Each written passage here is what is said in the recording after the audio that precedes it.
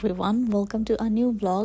আজকের ব্লগটা হবে চিটাগং ফ্লাওয়ার ফেস্টিভ্যাল নিয়ে। ফ্লাওয়ার ফেস্টিভ্যাল শুরু হওয়ার সেকেন্ড দিনেই আমরা গিয়েছিলাম। 1 মাসের একটা প্রোগ্রাম এটা নিয়ে আজকের ব্লগটা।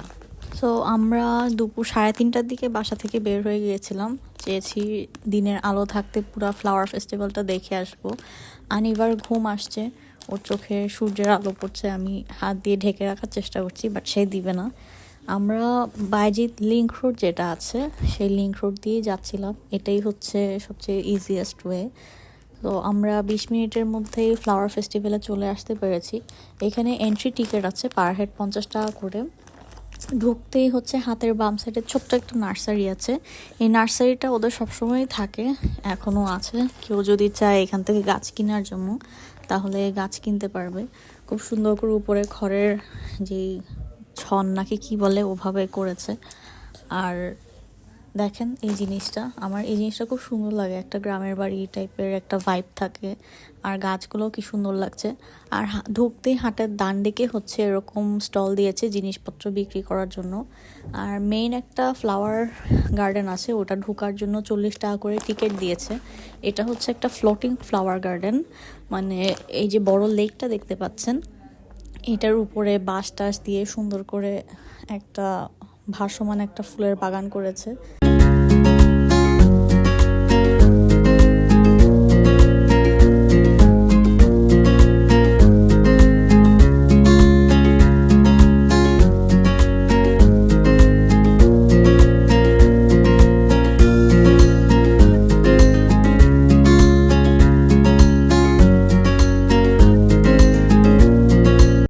ফ্লোটিং ফ্লাওয়ার গার্ডেনটা থেকে বের হতেই দেখলাম খেজুরের গাছে এরকম হাড়ি ঝুলিয়ে রেখেছে, আর এইদিকে হচ্ছে কনসার্টের মতো হচ্ছে, স্টেজ করেছে, ডেইলি এক একটা অনুষ্ঠান হবে। এরপর এই জায়গাগুলো আপনাদেরকে দেখাই। এই জায়গাগুলোতে আসতে হলে আপনাদের এক্সট্রা টিকিট কাটা লাগবে না, মানে যেটা 40 টাকার টিকিট সেটা না কেটেও এই জায়গাগুলোতে আসতে পারবেন। শুধু ঢোকার সময় যে 50 টাকার টিকিটটা সেটা কাটলেই চলবে। এই যে এখানে স্টেজ করেছে, চেয়ার রেখেছে, প্রতিদিনই এখানে প্রোগ্রাম হয়, আজকেও হচ্ছে। এদিকে দেখাই, এইদিকে খুব সুন্দর করে কিছু ঝর্ণা বানিয়েছে। এগুলা জাস্ট ফ্লাওয়ার ফেস্টিভ্যালের জন্যই করা, খুব সুন্দর করে ফুলের নকশা করা হয়েছে। অনেকেই ড্রোন নিয়ে গেছে, ড্রোন শট নিচ্ছিল। সো ওদের শটগুলোতে আরও বেশি ভালো আসবে। এখানে চট্টগ্রাম ফ্লাওয়ার ফেস্ট লেখা। আনিবা ভালোই এনজয় করছে, ও অনেক কালারের ফুল দেখছে, দেখে হচ্ছে আমাদেরকে জাস্ট আঙ্গুল দিয়ে দিয়ে দেখাচ্ছে। আর আমি তো এত ফুল দেখে, মানে আমার ফুল খুবই পছন্দ, সো আমি খালি ফুলের ভিডিও করছিলাম। এখানে একটা সুন্দর বাটারফ্লাই করেছে। এখানে আবার ফুলগুলার সাথে সেই ফুলগুলার নাম লেখা আছে, খুব সুন্দর লেগেছে জিনিসটা। এখানে চট্টগ্রাম ফুল উৎসব লেখা। এদিকে একটা ময়ূরের মতো করেছে, খুব সুন্দর করে পিটুনিয়া ফুল দিয়ে করেছে ময়ূরের জিনিসটা, বাট কাজ এখনো হচ্ছে। এখানে একটা শেডের মতো করেছে, নিচে মানুষজন আছে, সবাই ছবি টবি তুলছে। বাট আসলে যেটা সমস্যা হচ্ছে, এইখানে হাঁটার রাস্তাটা তেমন ভালো করে নাই, আর ছবি তোলার জন্য কিছু বুথ করেছে, যেমন এটাই দেখাই। এখানে একটা দোলনা করেছে সুন্দর, এটাকে একটা ফটো বুথই বলা যায়, বাট পিছনে মানে মানুষজনের কারণে কোনো ছবি ভালো আসছিল না। এই জায়গাগুলো দেখাই, বড় লেক আছে, এখানে প্যাডেল বোট আছে, এরকম নৌকাও আছে, বৈঠা চালায় নৌকা। অনেক বছর পর এরকম নৌকা দেখলাম। আর এইদিকে কিছু ট্রেনের মতো করেছে। আর এখানে জুলাইয়ের যে গণ অভ্যুত্থান সেটার জন্য একটা জায়গা করা হয়েছে, সবাই এখানেও ছবি তুলছিল। এই তো বিকালটা এভাবেই পার হচ্ছিল। আর এখানে অনেকগুলা খেজুরের গাছ আছে, প্রতিটা গাছ কাটা, প্রতিটাতে এভাবে হাঁড়ি দেওয়া, এবং প্রতিটাতেই হচ্ছে রস পড়ছে।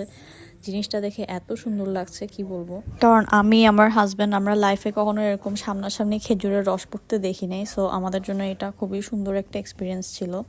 এরপর আমরা বের হয়ে যাচ্ছি, কারণ বিকাল হওয়ার সাথে সাথে এমন মানুষজন আসা শুরু হয়েছে, মানুষজনের কারণে হাঁটাই যাচ্ছে না, ছবি কি আর তুলবো। বাট এক্সপিরিয়েন্স ভালো ছিল। এখানে অনেক রকম ফুল দেখতে পেলাম। এই যে দেখেন কি পরিমাণ মানুষজন চলে আসছে বিকাল হওয়ার সাথে সাথে। আমরা আনিবাকে নিয়ে আসছি তাই টেনশনে শেষ হয়ে যাচ্ছি, বাট দেখলাম যে 40 দিন 2 মাসের বাচ্চা নিয়েও মানুষজন চলে আসছে। এখানে এই ফুলগুলো সবসময় থাকে না, ফ্লাওয়ার ফেস্টিভ্যালের জন্য এটা করা হয়েছে স্পেশালভাবে। কিন্তু এখানে যে নৌকাগুলা এগুলো সবসময় এখানে থাকে।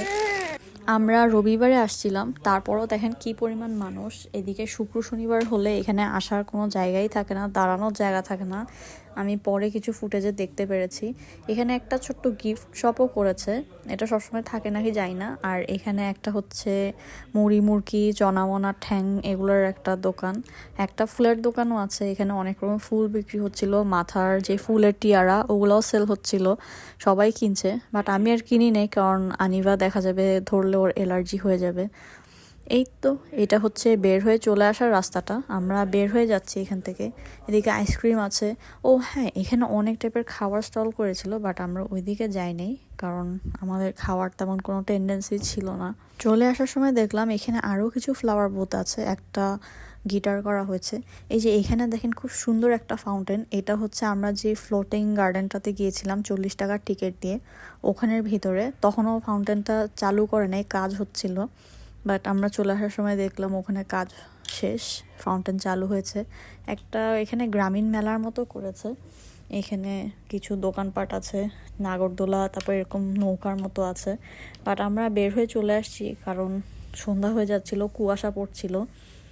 আনিবার যদি আবার ঠান্ডা লেগে যায় এটাও একটা ভয় ছিল। আর দেখার তেমন কিছু ছিল না, ফুলের মেলা ছিল, ফুল দেখতেই আসছিলাম।